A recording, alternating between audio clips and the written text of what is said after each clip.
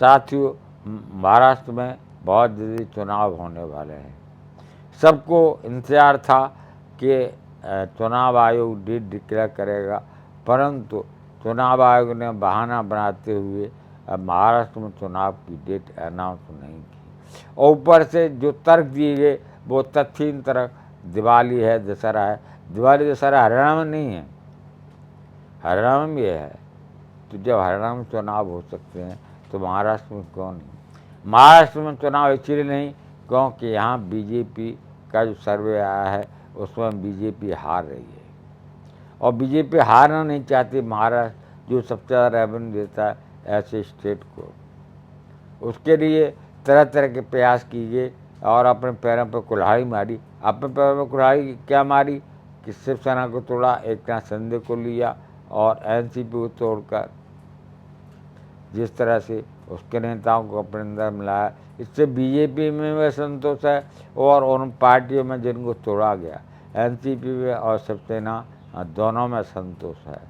दोनों बीजेपी से खपा हैं और ऊपर से जो घोषणा हो रही हैं लोक लुभावन 40,000 महीने, 30,000 महीने, वो युवाओं को क्या बीजेपी वोट दे?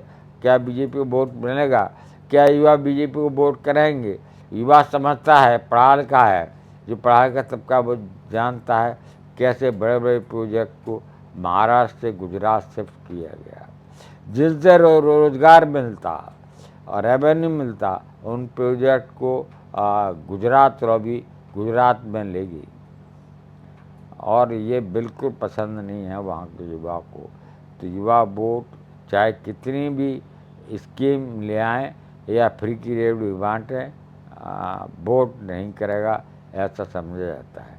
और बीजेपी से भी वहाँ पर एक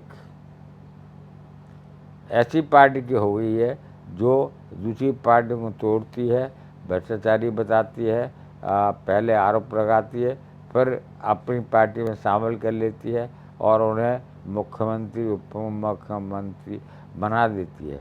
और यही असंतोष बीजेपी में है।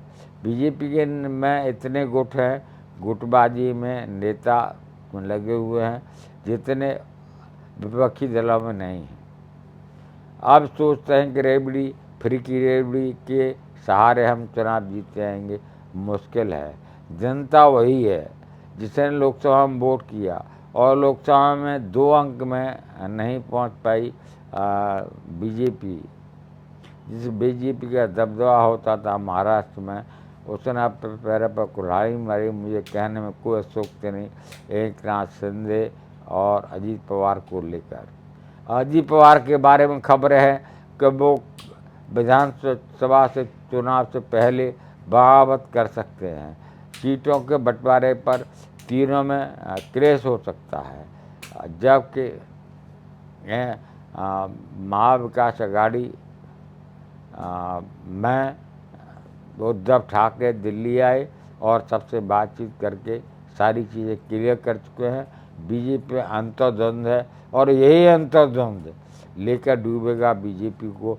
आप इस संबंध में क्या राय रखते हैं कमेंट करिए। आपके कमेंट्स हमारे मार्गदर्शन करते हैं। पुनः आपसे गुजारिश, चैनल को सब्सक्राइब, लाइक, शेयर करें। नमस्कार।